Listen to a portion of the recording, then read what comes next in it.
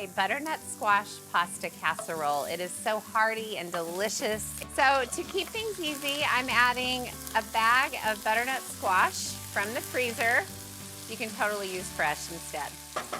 And then in addition to the squash, I'm gonna add a quart of chicken broth, low sodium, and I'm cranking the heat because I want this to cook until the butternut squash is totally tender.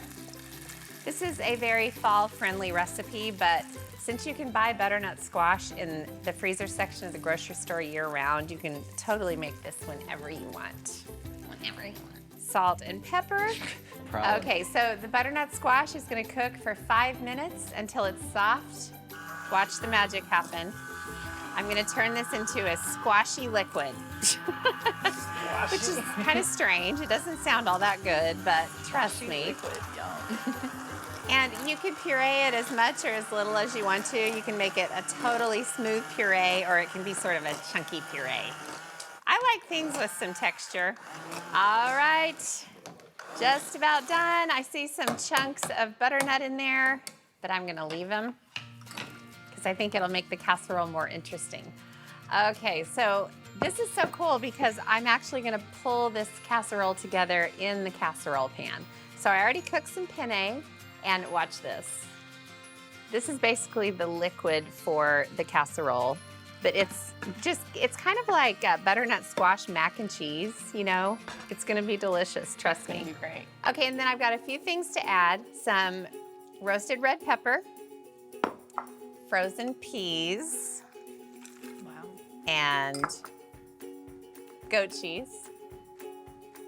It kind of combines with the butternut squash, and oh my gosh, the texture and the consistency of this casserole is amazing. Stirring it right in the casserole dish. And this pasta was actually kind of cooked to not quite al dente, so the extra liquid in the casserole will keep the casserole from becoming dry when it bakes, because the pasta is gonna keep absorbing some of that liquid. Ooh, so pretty so far. Now this is a really cool little ingredient to add. I grated cauliflower. So instead of using like a breadcrumb or something, I'm doing cauliflower, and that makes it more veggie forward, more healthy. And then on top of the cauliflower, just for a little extra flavor, some salt and pepper. I love this casserole, and I love casseroles that you can assemble right in the pan. I don't have a whole bunch of different bowls that I'm mixing in. All right, now I've got a whole bunch of mozzarella, since Paige was quick to point out that there wasn't enough cheese in this casserole. And then Parmesan, of course, on top of the mozzarella. Tons of different ingredients going on, but they're all very simple. And then parsley, and I'll save a little bit to sprinkle on at the end. I think this is gonna be amazing. What do you think? I think so. All right, let's get this in the oven. We're gonna bake it at 375 degrees for 40 to 45 minutes, and I am so sorry that you have to wait that long. Oh, actually, you don't have to wait that long. Look, look, look, look. Wow. Oh my gosh. That looks incredible.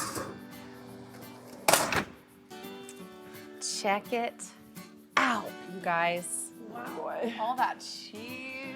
Wow, it looks so good. I think we need to serve it. Yes.